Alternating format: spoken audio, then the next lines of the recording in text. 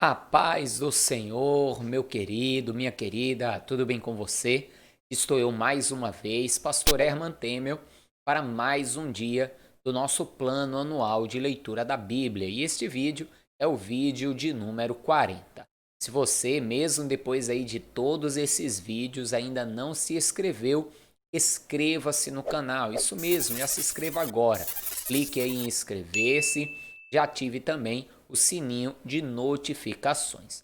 Aproveite para compartilhar também este vídeo para que possa chegar ao maior número de pessoas. E você que recebeu este link, o link deste vídeo, e ainda não assistiu os vídeos anteriores desse plano de leitura, é muito importante que você assista a partir do vídeo de número 1. Por isso, é só você acessar aqui o card e você será direcionado à playlist onde tem todos os vídeos a partir do vídeo de número 1.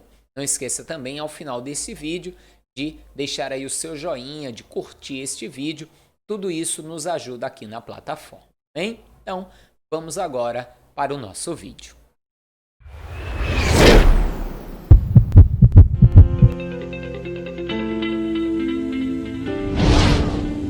E farás um altar para queimar o incenso, de madeira de cetim o farás. O seu comprimento será de um côvado e a sua largura de um côvado será quadrado, e de 2 côvados a sua altura, e as suas pontas farão uma só peça com ele. E com ouro puro o farás, o seu teto e as suas paredes ao redor, e as suas pontas, e lhe farás uma coroa de ouro ao redor. Também lhe farás 2 argolas de ouro debaixo da sua coroa. Aos 2 lados as farás de ambas as bandas, e serão para lugares dos varais com que será levado. E os varais farás de madeira de cetim, e os forrarás com ouro. E porás diante do véu que está diante da arca do testemunho, diante do propiciatório que está sobre o testemunho, onde me ajuntarei contigo. E Arão sobre ele queimará o incenso das especiarias, cada manhã. Quando põe em ordem as lâmpadas, o queimará. E acendendo Arão as lâmpadas à tarde, o queimará.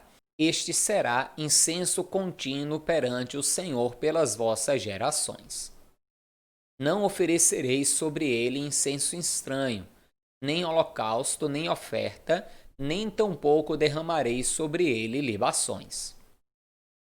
E uma vez no ano, Arão fará expiação sobre as pontas do altar com o sangue do sacrifício das expiações. Uma vez no ano fará expiação sobre ele pelas vossas gerações. Santíssimo é ao Senhor. Falou mais o Senhor a Moisés, dizendo: Quando tomares a soma dos filhos de Israel, conforme a sua conta, cada um deles dará ao Senhor o resgate da sua alma, quando os contares, para que não haja entre eles praga alguma quando os contares. Isto dará todo aquele que passar o arrolamento, a metade de um ciclo, segundo o ciclo do santuário. Este ciclo é de 20 geras. A metade de um ciclo é a oferta ao Senhor. Qualquer que entrar no arrolamento de 20 anos para cima dará oferta ao Senhor. Um ciclo pesava, em média, não existe uma medida exata, mas era uma média de 12 gramas. Interessante que a palavra hebraica seria shekel, e hoje tornou-se o nome da moeda oficial de Israel. Assim como aqui no Brasil é o real, lá em Israel é o shekel, ou shekel, que significa aí um ciclo, e vem desde a origem do povo, onde um ciclo pesava aí por volta de 12 gramas. Voltemos aqui à leitura. O rico não aumentará e o pobre não diminuirá da metade do ciclo, quando derem a oferta ao Senhor, para expiação por vossas almas. E tomarás o dinheiro das expiações dos filhos de Israel, e os darás ao serviço da tenda da congregação, e será para a memória aos filhos de Israel diante do Senhor, para fazer expiação por vossas almas. E falou o Senhor a Moisés, dizendo: Farás também uma pia de cobre, com a sua base de cobre para lavar, e a porás entre a tenda da congregação e o altar, e deitarás água nela. E Arão e os seus filhos nela lavarão as suas mãos e os seus pés. Quando entrarem na tenda da congregação, lavar-se-ão com água, para que não morram, ou quando se chegarem ao altar para ministrar, para acender a oferta queimada ao Senhor. Lavarão, pois, as mãos e os pés, para que não morram. Isto lhes será por estatuto perpétuo, a ele e a sua semente nas suas gerações. Falou mais o Senhor a Moisés, dizendo: Tu, pois, toma para ti das principais especiarias, da mais pura mirra, 500 siclos, e de canela aromática a metade, a saber, 250 siclos, e de cálamo aromático, 250 siclos, e de cássia, 500 siclos, segundo o ciclo do santuário, e de azeite de oliva, 1 hin. E disto farás o azeite da santa unção, o perfume composto segundo a obra do perfumista. Este será o azeite da santa unção. E com ele ungirás a tenda da congregação e a arca do testemunho, e a mesa com todos os seus utensílios, e o castiçal com os seus utensílios, e o altar do incenso, e o altar do holocausto com todos os seus utensílios, e a pia com a sua base. Assim, santificarás estas coisas, para que sejam santíssimas. Tudo que tocar nelas será santo. Também ungirás a Arão e aos seus filhos, e os santificarás, para me administrarem o sacerdócio. Falarás aos filhos de Israel, dizendo: Este me será o azeite da santa unção nas vossas gerações. E não se ungirá com ele a carne do homem, nem fareis outro semelhante conforme a sua composição. Santo é e será santo para vós. O homem que compuser tal perfume como este, ou que dele puser sobre um estranho, será extirpado dos seus povos. Disse mais o Senhor a Moisés: Tome especiarias aromáticas, estoraque, iônica e galbano, estas especiarias aromáticas e incenso puro de igual peso. E disso farás incenso, um perfume segundo a arte do perfumista, temperado, puro e santo. E dele, moendo, o pisarás, e dele porás diante do testemunho, na tenda da congregação, onde eu virei a ti, coisa santíssima vos será. Porém, o incenso que farás conforme a composição deste, não o farás para vós mesmos, santo será para o Senhor. O homem que fizer tal como este para cheirar será extirpado do seu povo. Veja aqui duas coisas importantes.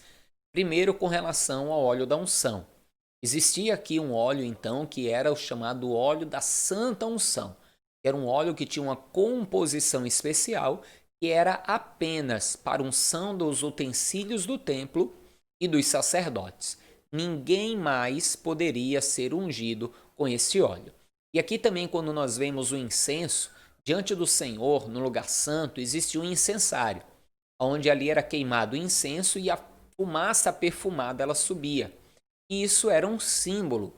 E assim como aquela fumaça subia perfumada para Deus, assim eram as orações do seu povo. Porque justamente nessa hora da queima do incenso, as orações eram apresentadas.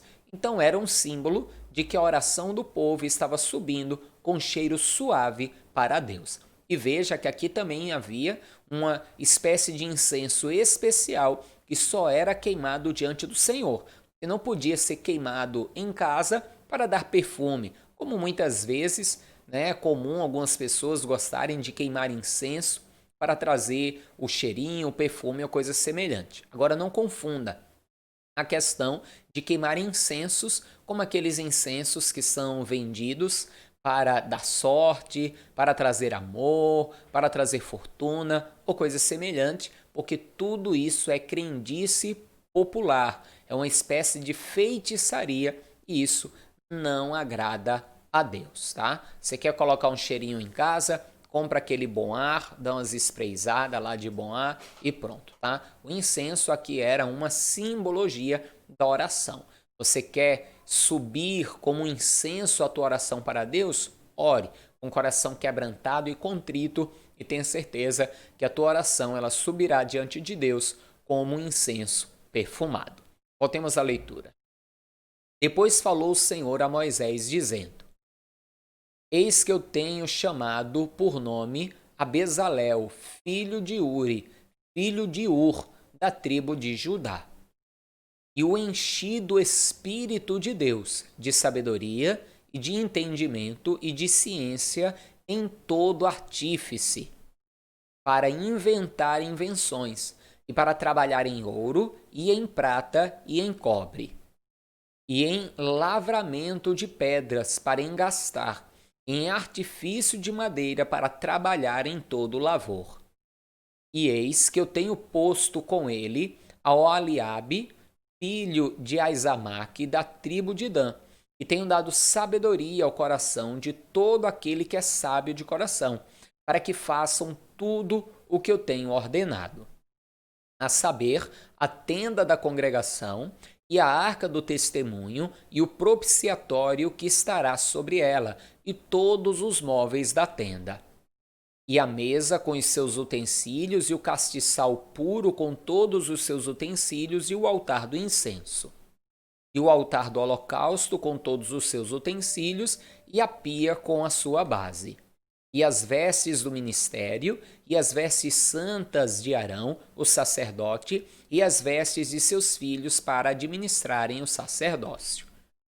E o azeite da unção, e o incenso aromático para o santuário, farão conforme tudo que te tenho mandado. Falou mais o Senhor a Moisés, dizendo: Tu, pois, fala aos filhos de Israel, dizendo: Certamente guardareis meus sábados, porquanto isto é um sinal entre mim e vós nas vossas gerações, para que saibais que eu sou o Senhor que vos santifica. Portanto, guardareis o sábado, porque santo é para vós. Aquele que o profanar certamente morrerá, porque qualquer que nele fizer alguma obra, aquela alma será extirpada do meio do seu povo. 6 dias se fará obra, porém o 7º dia é o sábado do descanso, santo ao Senhor. Qualquer que no dia do sábado fizer obra, certamente morrerá. Guardarão, pois, o sábado os filhos de Israel, celebrando o sábado nas suas gerações por conceito perpétuo. Entre mim e os filhos de Israel será um sinal para sempre, porque em 6 dias fez o Senhor os céus e a terra, e ao 7º dia descansou e restaurou-se. E deu a Moisés, quando acabou de falar com ele no Monte Sinai, as 2 tábuas do testemunho, tábuas de pedra escritas pelo dedo de Deus.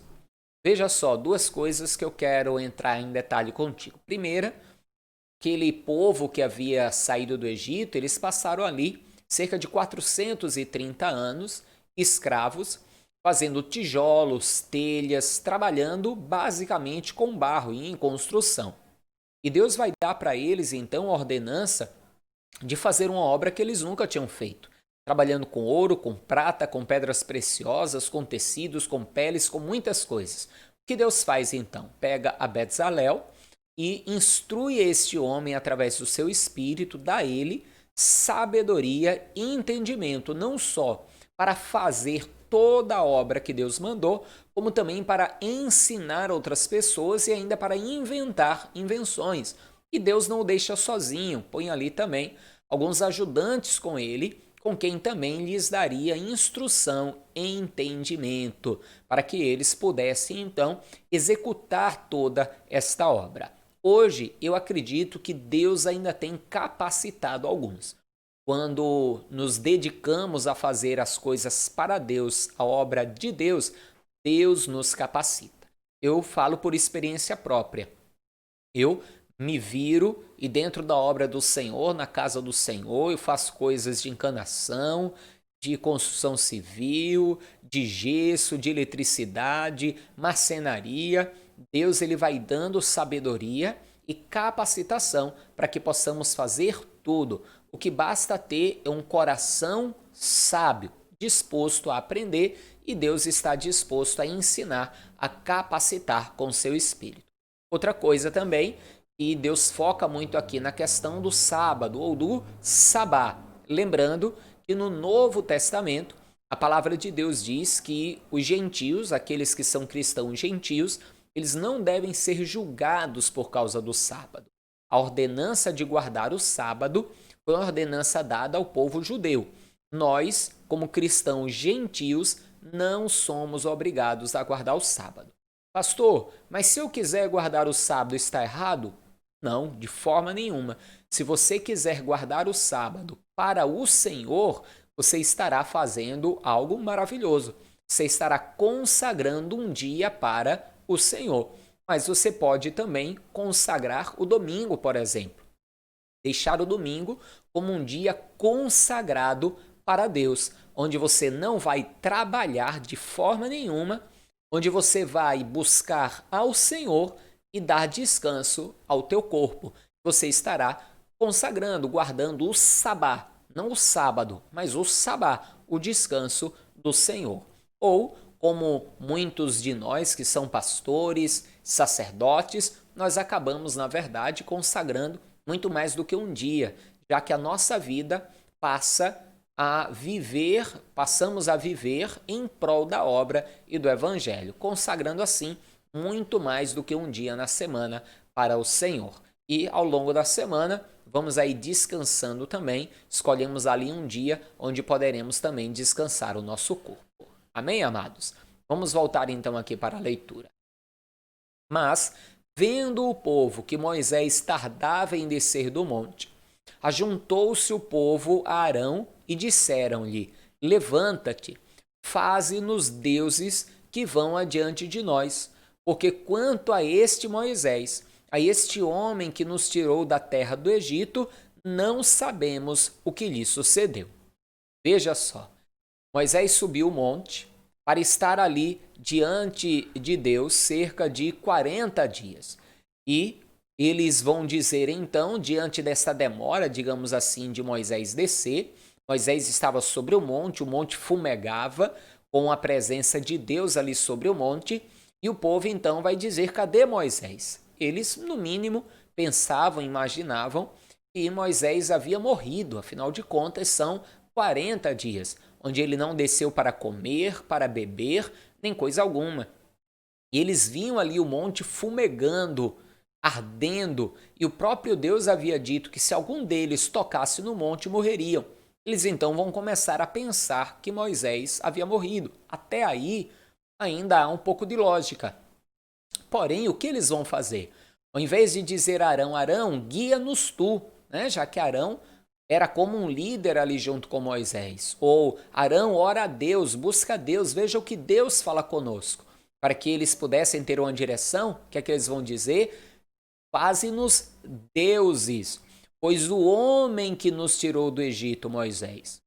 Não foi o homem, não foi Moisés que tirou eles do Egito. Quem tirou foi Deus. E eles já estão agora, então, querendo fazer ídolos, buscar ídolos. Quantas vezes o ser humano não faz a mesma coisa?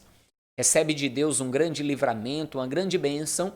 Aí algumas coisas à sua volta na vida parece que estão demorando demais. Aí a pessoa logo, então, começa a confiar nos ídolos. Isso mesmo. Vai atrás, muitas vezes, de simpatias, de crendices. Outros passam a confiar no dinheiro. Talvez você diga: pastor, mas o dinheiro não é um ídolo. Quem disse que não? O próprio Jesus disse: não podeis servir a Deus e a Mamon. Mamon era o Deus da riqueza, o Deus do dinheiro, né? Então, precisamos ter muito cuidado para buscar a Deus sempre, buscar a direção do Senhor sempre e nunca virarmos as costas para o Senhor para buscarmos ídolos ou coisas semelhantes a estas. Voltemos à leitura. Arrancai os pendentes de ouro que estão nas orelhas de vossas mulheres, de vossos filhos e de vossas filhas, e trazei-mos. Sabe o que é mais impressionante? Que o abençoado do Arão vai e dá ouvido ao povo.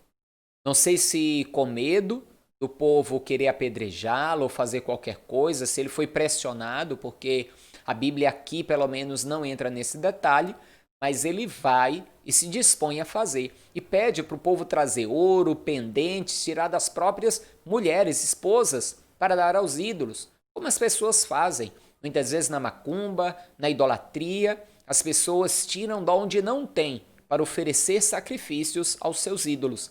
Mas na hora de fazer uma oferta, na hora de fazer um sacrifício para o Senhor, uma oferta de valor, ser fiel e trazer o sustento da obra do Senhor, muitos cristãos acabam dando para trás e não trazendo o sustento da obra de Deus. Fazer o quê, né? Infelizmente, como diz a palavra de Deus mesmo, muitas vezes aqueles que não caminham na luz são mais prudentes do que aqueles que caminham na luz. Mas voltemos à leitura. Então todo o povo arrancou os pendentes de ouro que estavam nas suas orelhas e os trouxeram a Arão. E ele os tomou das suas mãos e formou o ouro com um buril e fez dele um bezerro de fundição.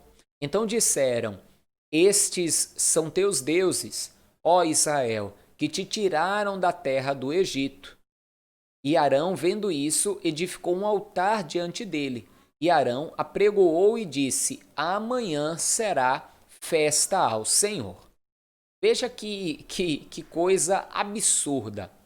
Fizeram 2 bezerros de ouro, abrem a boca para dizer: esse é o Deus que tirou vocês do Egito, e ao mesmo tempo Arão pega e diz: amanhã será festa ao Senhor. Como se pudesse misturar Deus com a idolatria. Não dá. Não dá para servir a Deus e outros deuses juntos. Não adianta querer adorar a Deus no meio de imagens de escultura, no meio de ídolos. Não dá. Deus não aceita. Ele mesmo diz de uma forma muito clara na sua palavra isso. Ele mesmo adverte que não divide a glória dele com ninguém, Nem adianta dizer também que não, aqueles bezerros era para representar Deus. Deus não quer ser representado. Ele mesmo disse: não façam escultura de nada, nem do que há no céu, nem na terra, nem debaixo da terra. Então, nem de Deus é para se fazer uma imagem de escultura, quanto mais de um bezerro para adorá-lo e dizer que é Deus, né? Misericórdia. E no dia seguinte, madrugaram e ofereceram holocaustos e trouxeram ofertas pacíficas, e o povo assentou-se a comer e a beber. Depois levantaram-se a folgar. Quando nós vemos essa expressão aqui, levantaram-se a folgar, não é boa coisa aqui. Eles começaram a comer, beber, a fazer coisas até erradas ali, como se fosse uma grande festa. Até alguns que dizem, trazendo um paralelo, como se tivesse sido praticamente um grande carnaval, uma grande festa da carne. O certo é que não podemos afirmar exatamente o que houve, mas uma coisa é certa: isso levantou a ira do Senhor. Veja comigo. Então disse o Senhor a Moisés: vai, desce, porque o teu povo que fizeste subir do Egito se tem corrompido, e depressa se tem desviado do caminho que eu lhes tinha ordenado. Fizeram para si um bezerro de fundição, e perante ele se inclinaram e sacrificaram-lhe e disseram: esses são os teus deuses, ó Israel, que te tiraram da terra do Egito. Disse mais o Senhor a Moisés: tenho visto este povo, e eis que é obstinado. Agora, pois, deixa-me que o meu furor se acenda contra eles e os consuma, e eu farei de ti uma grande nação. Veja só como Deus ficou irado. Deus estava disposto a matar todos ali. E a partir de Moisés, começar um novo povo, uma nova nação. E por quê? Porque eles eram obstinados. O que é uma pessoa obstinada? É uma pessoa que teima no mesmo erro, na mesma coisa, e não volta atrás, e não reconhece o seu erro. O povo vivia errando na mesma coisa. É igual a pessoa que vive na prática do mesmo pecado. É obstinada de coração. E isso deixa Deus indignado. Mas volte comigo aqui à leitura, porque Moisés ele vai interceder pelo povo. Porém, Moisés suplicou ao Senhor seu Deus e disse: Ó Senhor, por que se acende o teu furor contra o teu povo, que tu tiraste da terra do Egito com grande força e com forte mão? Porque hão de falar os egípcios, dizendo: Para mal os tirou, para matá-los nos montes e para destruí-los da face da terra? Torna-te da ira do teu furor e arrepende-te deste mal contra o teu povo.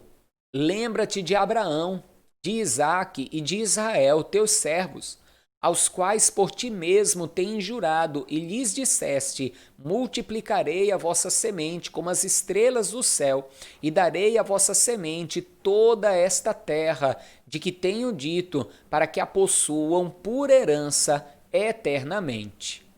Então o Senhor arrependeu-se do mal que dissera que havia de fazer ao seu povo. Aqui, amados, entenda quando a palavra de Deus diz que Deus arrependeu-se do que ia fazer. Aqui não está falando como arrependimento humano. O que diz respeito ao arrependimento humano? É quando o homem faz alguma coisa errada ou faz alguma coisa e quebra a cara, então se arrepende daquilo que fez. Aqui, o mais correto seria dizer: e Deus mudou de ideia com relação ao que iria fazer. Não é que ele se arrependeu como quem tivesse tomado uma decisão errada. A sua decisão diante do seu moral, diante da sua moral e da sua soberania estava correta.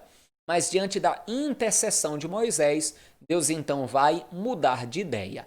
É como, por exemplo, um pai ou uma mãe que ia castigar um filho por causa de um erro e por algum motivo acaba mudando de ideia e não o castiga. Não por arrependimento, mas porque mudou de ideia.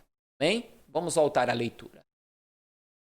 E voltou Moisés e desceu do monte com as 2 tábuas do testemunho na sua mão. Tábuas escritas de ambas as bandas de uma e de outra banda escritas estavam. E aquelas tábuas eram obra de Deus. Também a escritura era a mesma escritura de Deus, esculpida nas tábuas. E ouvindo Josué a voz do povo que jubilava, disse a Moisés: alarido de guerra há no arraial. Porém ele disse: não, é alarido dos vitoriosos, nem alarido dos vencidos, mas alarido dos que cantam eu ouço. E aconteceu que, chegando ele ao arraial e vendo o bezerro e as danças, acendeu-se o furor de Moisés e arremessou as tábuas das suas mãos e quebrou-as ao pé do monte. E tomou o bezerro que tinham feito e queimou-o no fogo, moendo-o até que se tornou em pó, e o espargiu sobre as águas e deu-o a beber aos filhos de Israel. E Moisés disse a Arão: que te tem feito este povo, e sobre ele trouxeste tamanho pecado? Então disse Arão: não se acenda a ira do meu senhor, tu sabes que este povo é inclinado ao mal. E eles me disseram: faze-nos deuses, que vão adiante de nós, porque não sabemos que sucedeu a este Moisés, a este homem que nos tirou da terra do Egito. Então eu lhes disse: quem tem ouro, arranque-o. E deram-mo e lancei-o no fogo, e saiu este bezerro. Veja que absurdo, hein? Lancei o ouro no fogo e saiu este bezerro. Lógico que não. A própria palavra diz que foi com obra de buril que eles foram e fundiram o bezerro. E vendo Moisés que o povo estava despido, porque Arão o havia despido para vergonha entre os seus inimigos, pôs-se em pé Moisés na porta do arraial e disse: quem é do Senhor, vem a mim. Então se ajuntaram a ele todos os filhos de Levi. E disse-lhes: Assim diz o Senhor, o Deus de Israel: cada um põe a sua espada sobre a sua coxa, e passai e tornai pelo arraial de porta em porta, e mate cada um a seu irmão, e cada um ao seu amigo, e cada um ao seu próximo. E os filhos de Levi fizeram conforme a palavra de Moisés, e caíram do povo aquele dia uns 3.000 homens. Porquanto Moisés tinha dito: Consagrai hoje as vossas mãos ao Senhor, porquanto cada um será contra o seu filho e contra o seu irmão, isto para ele vos dar hoje bênção. E aconteceu que no dia seguinte Moisés disse ao povo: Vós pecaste grande pecado, agora porém subirei ao Senhor, porventura farei propiciação por vosso pecado. Assim, tornou Moisés ao Senhor e disse: Ora, este povo pecou grande pecado, fazendo para si deuses de ouro. Agora, pois, perdoa o seu pecado, e se não, risca-me, peço-te, do teu livro que tens escrito. Então disse o Senhor a Moisés: Aquele que pecar contra mim, a este riscarei eu do meu livro. Vai, pois, agora, conduz este povo para onde te tenho dito. Eis que o meu anjo irá diante de ti. Porém, no dia da minha visitação, visitarei neles o seu pecado. Assim, feriu o Senhor o povo, porquanto fizeram o bezerro que Arão tinha feito. Veja só então que coisa, hein? Próprio Moisés ali então, com os descendentes da tribo de Levi, que seriam os sacerdotes, foram no meio do povo, e aqueles que estavam ali no ato pecaminoso, digno, segundo o juízo que o próprio Deus já havia trazido, de morte, foram mortos, e quase 3.000 então foram mortos naquele dia. Você viu que alguns estavam até pelados, dançando nus, por isso que a palavra diz que folgaram. Mas Deus então, derramando ali da sua justiça, não matou a todos, mas alguns acabaram sim morrendo. Moisés então volta ao Senhor para interceder por aqueles homens. Agora tem mais algumas coisas bem importantes que nós vamos ler aqui na continuidade dessa história. Espero que você continue firme aí no nosso propósito de leitura, pois a leitura de hoje acabou. Isso mesmo, leitura de hoje acabou, mas amanhã tem mais. Não esqueça de compartilhar esse vídeo, não esqueça também de deixar aí o seu joinha, isso nos ajuda muito dentro aqui da plataforma, a inscrever-se também no canal se ainda não se inscreveu, amém? A paz do Senhor, até amanhã e viva Ele, viva Jesus!